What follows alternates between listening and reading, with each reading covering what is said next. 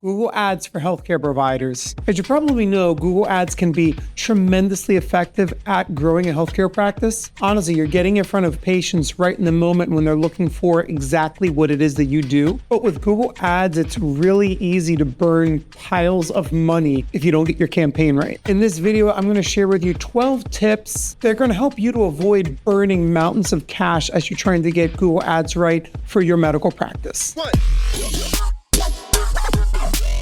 My name's Frank. I'm the founder of SagaPixel. I've put together a full playlist on different aspects of digital marketing for healthcare. I'm going to link to it in the description. You should definitely check it out. Tip number 1, you want to test Smart Campaigns, Performance Max, and Responsive Search Ads. Google offers these 3 different types of campaigns, and the truth is we never know before we start them which is going to do the best. We've taken the same exact campaign that we ran for a plastic surgeon in California and ran it for someone in Virginia, only to find that the Performance Max campaign was the one that drove all the leads, while in California, the Responsive Search ad was actually the best performing one. The only way you're going to know is if you're running all 3 in tandem and you're collecting your own data. Tip number 2, make sure you're using audience targeting. This is becoming less of an issue, but I've seen over the years lots of Google Ads campaigns that are not leveraging any sort of audience information with their bidding. Google is paying attention to what people are doing as they're navigating the web, as they're logged into their Gmail accounts, and they collect information about their interests, what kind of websites they're visiting, what they're looking at, if they're parents, where they work.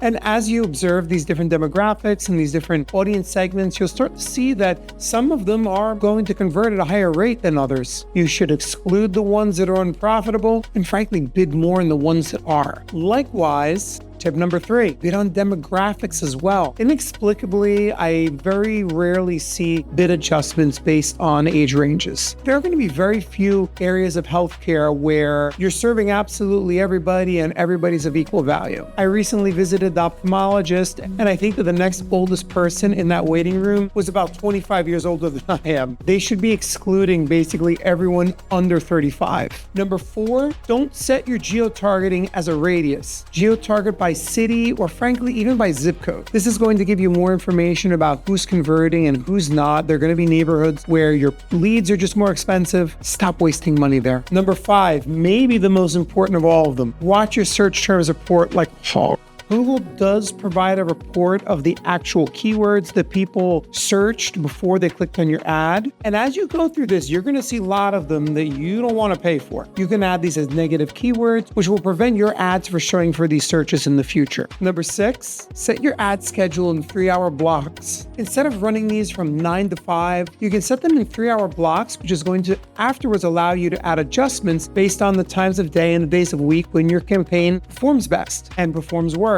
which will help you avoid burning cash. Number 7, you should use some sort of call tracking such as CallRail. To start, it's going to help you know what keywords are actually resulting in phone calls from patients that actually book versus just generating a phone call. It'll also provide your recording of the call so that you can get an idea of how your front desk is operating. It'll also help you to tie back some of the bad leads that you're getting to keywords you're bidding on in your account. We've done this a ton of times where we found that we were bidding on a keyword that looked like was generating leads, but they were actually terrible leads and we needed to pause those keywords. Number 8, install Clean Talk. This is the best anti-spam plugin that I've come across up until now. It's incredibly inexpensive. And in addition to cutting down annoying spam, it's also going to avoid sending conversion data back to Google Ads telling them that this is what your ideal customer profile looks like, and this is who's converting from your ads, which is only going to result in more of your ads being delivered to bots, resulting in more spam. Tip number 9, test sending your Google Ads traffic to landing pages versus your website. One inevitably will outperform the other, and if it turns out that your landing pages end up outperforming your actual website, it might mean that your website needs some work, because if your paid traffic is not converting on your website, what makes you think that your organic traffic is going to convert on your website? Tip number 10, work on maximizing your ad score. The quality score of each one of the keywords that you're bidding on, the ad score of your responsive search ads are all going to drive the cost of your click. Try to get those numbers as high as you possibly can.